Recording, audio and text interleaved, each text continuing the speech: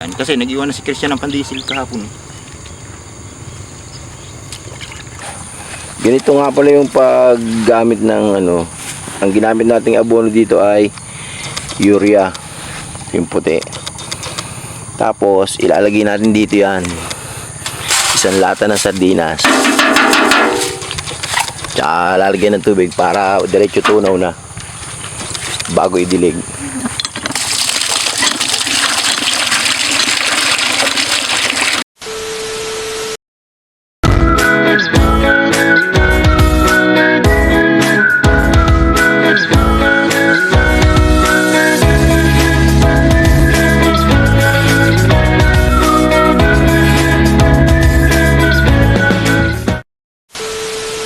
Ayun, welcome back sa ating channel mga lagalag. Isang magandang araw at payapang maghapon yung sa inyong lahat. Ngayong araw ay magpapadilig tayo ng abono sa time nating kamatis. Ito ay i-share ko sa inyo para malaman nyo kung paano makakatipid ng paggamit ng mga fertilizer, abono sa halaman. Paano tayo makakamenos, lalo na kung ang halamanan nyo ay medyo malawak kagaya nito. Yan, sa atin yan. Ang ginagawa natin ay nagpapadilig ng abono.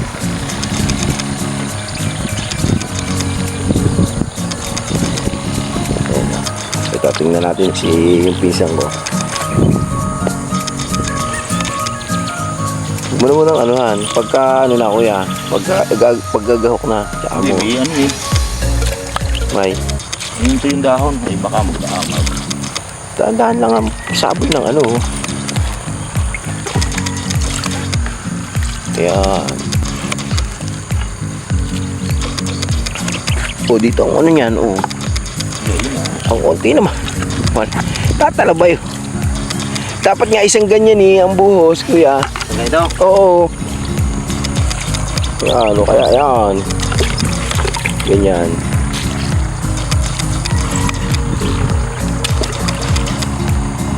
Wala pa yan, mamaya na yan, balikan mo yan. Huwag na yan, huwag mo na yan, dadatigan na lang yan. Huwag mo lang ano, galawin. Sige, diligan mo rin kung buhay, tapos dadatigan.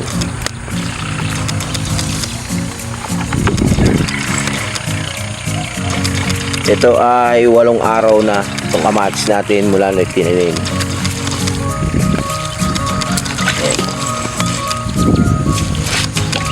I-update ko rin kayo pagka tapos ng 3 araw kung kailan tumalab na yung abono. Ito nga pala yung punla nating talong, kalapit lang.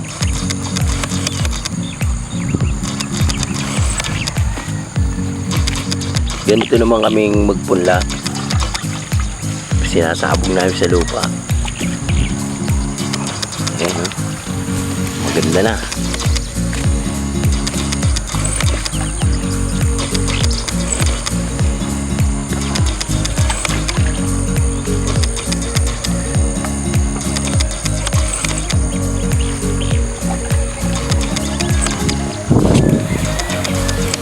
Yan ang isang tip kung paano tayo makakatipid sa gastos ng ating halaman pero hindi siya apektado yung ating halaman.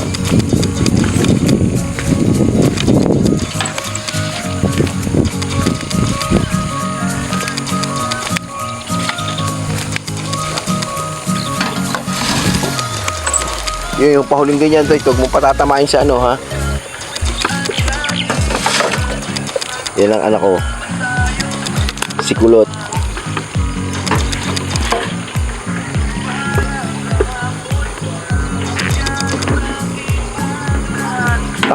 Ipinaligo pa doon sa ano. Hindi naman yun eh. Bira.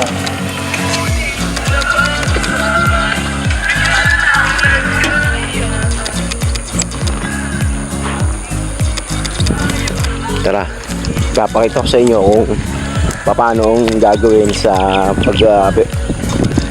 papatikim ng fertilizer sa halaman. Itong ginagawa namin, ano to pinapatikim namin yung bagong tanim na ano ng abono para mabilis lumaki.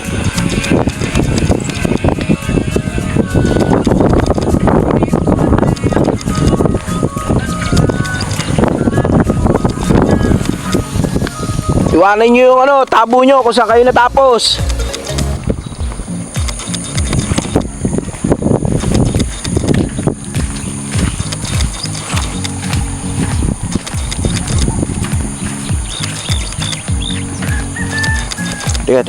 Teka.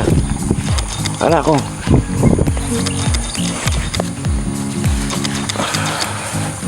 Ganito nga pala yung paggamit ng ano. Ang ginamit nating abono dito ay urea, yung puti. Tapos ilalagay natin dito yan.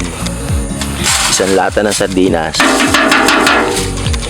Tsaka lalagyan ng tubig para diretso tunaw na bago idilig.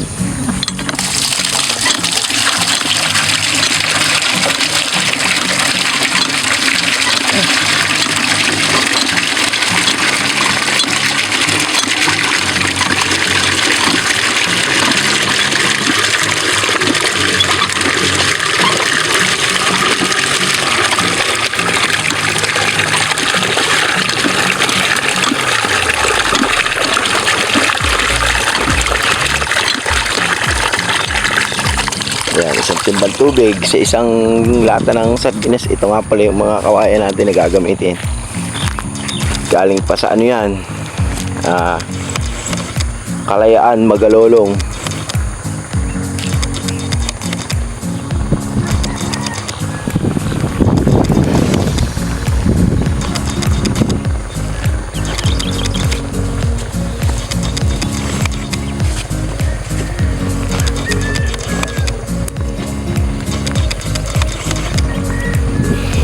Ito na, bali ano to itong tanim natin, 3 yugto. Ito yung pangalawa. Ayan, ito nadiligan na namin to. Ayan, maganda na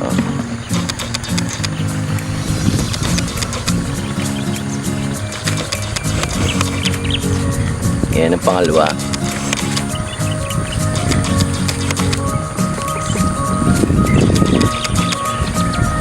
Medyo malalaki na siya. Ganito ang mangyayari pag nakaamoy na ng ano, fertilizer.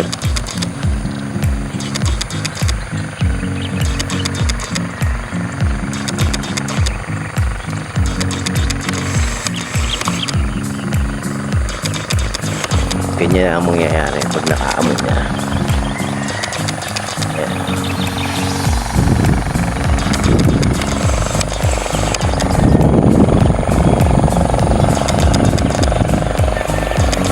Ayun naman, ayun yung naunang tanim.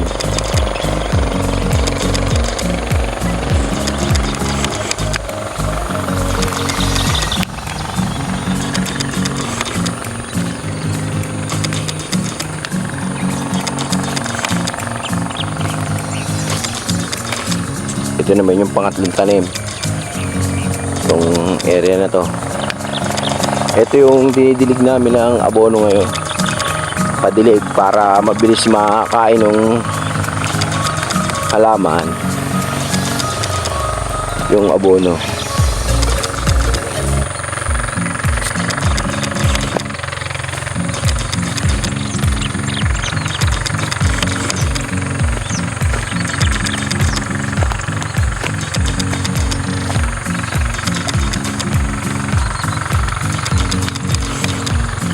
Ayan, ganyan ang ginagawa namin.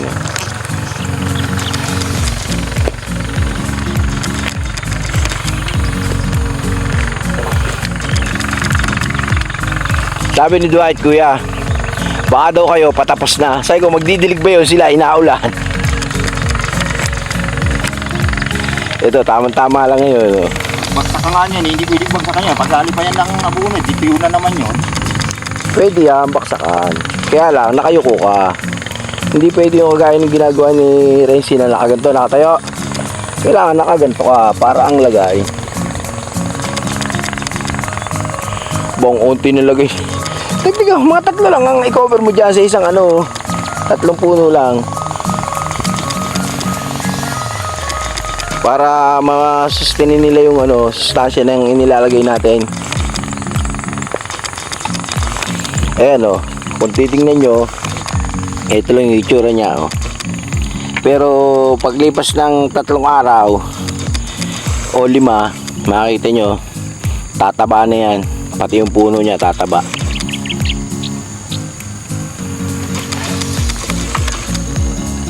Ito ba na na kuya? Alright. Nasa ito 3 mix Meron na to? Hindi na ako medyo mahaba ay.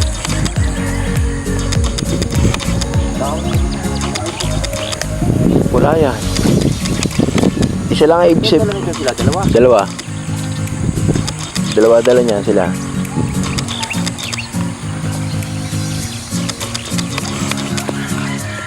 Ang edad nga pala nitong kamatis natin ay 7 days mula nung itinanim. 7 araw. Ngayon pinapatikim namin ng sa amin ang tawag nito ay paamoy. Pinapaamoy namin ng abono na urea. Walang dun sa mga magtatanong kung bakit dinidelay kahit basa pa. Wala nga pong implika yon sa sa kamatis. Kahit basa yung lupa, kahit tuyo, wala pong implika yon. Basta ang malaga lang makaamoy sila ng ng abono. Aba, natraktoran na rin pala to Okay tata. Maganda-ganda na. Mukhang malalim na magpatalab ngayon. Natuto na. Sinabihan ko ayoko nung gano'n. Yung kagaya ng pakagat mo sa nakita ko ba. Hindi pwede. Ayun daw kaya sabi. Hindi mo tinanong kuya kung kaya na. Babalik doon. Alin na titirahin? Yung kay Christian. Kasi nag-iwan na si Christian ng panlisin kahapon. Bukas ko pa titira yung akin. Kaso wala ako. Kuya charge to experience yun Yung nangyari pag doon. Dapat kasi 2 lang ang ginamit mo na o kaya 3. Hanggang 3 kaso inapat mo yun Sinama mo pati yung yung tawag doon? Yung crop jaya at saka ibinigay ko. Silicron. Hindi isang takal. Nako. Tapos isang takal ko sa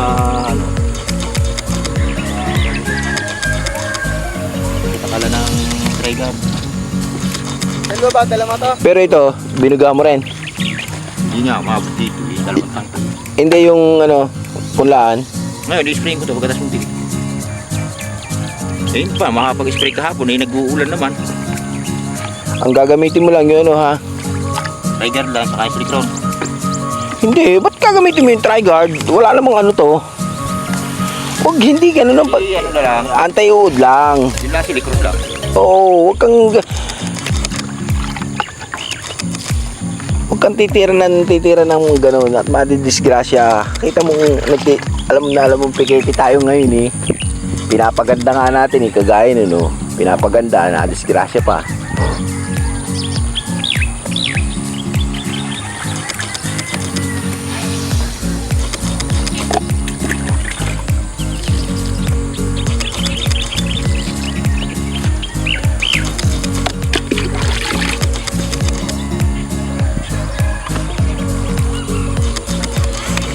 Hindi tatalab yun pag gano'n, kuya. Kailangan nahanapin ito, kagaya ito, makapalang tabon. Station to. Kailangan sure bowl para hindi na natin babalikan.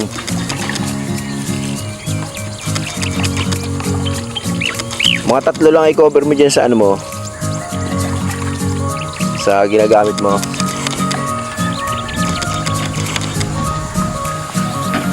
Tapos kung saan kayo natapos, para hindi kayo maligaw, iwanan nyo yung ginagamit nyo yung tabo.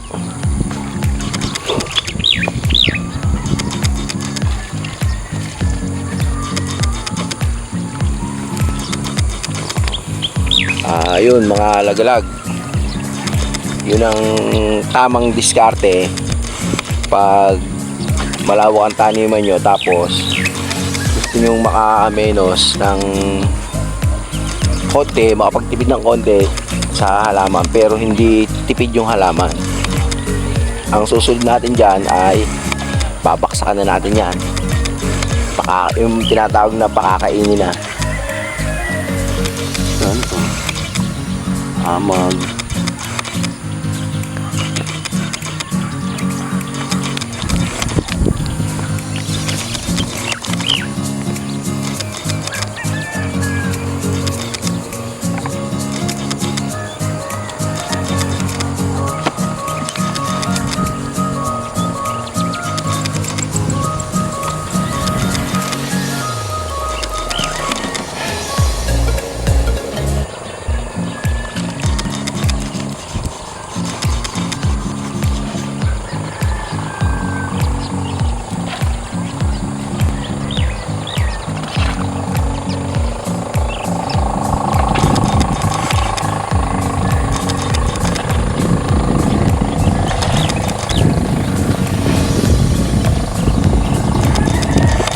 Yung mga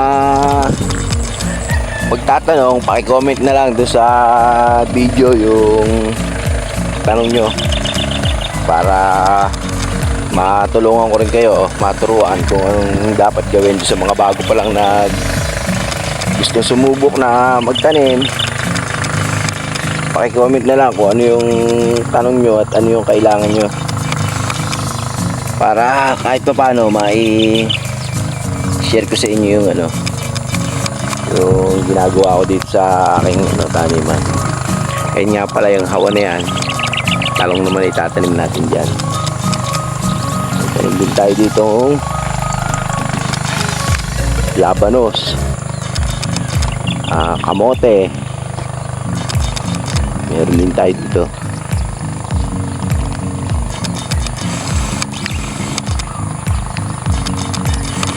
Tara, tingnan natin yung ating labanos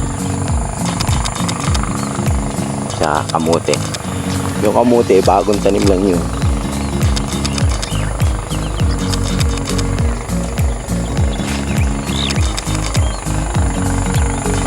Yun nga pala yung ating labanos.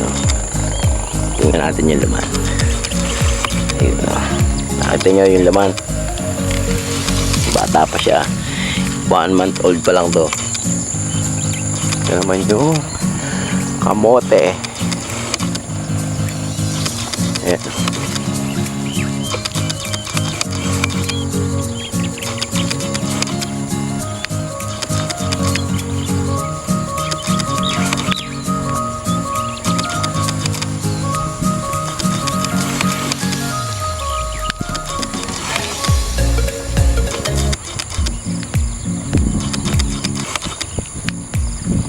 Yan, labanos ano.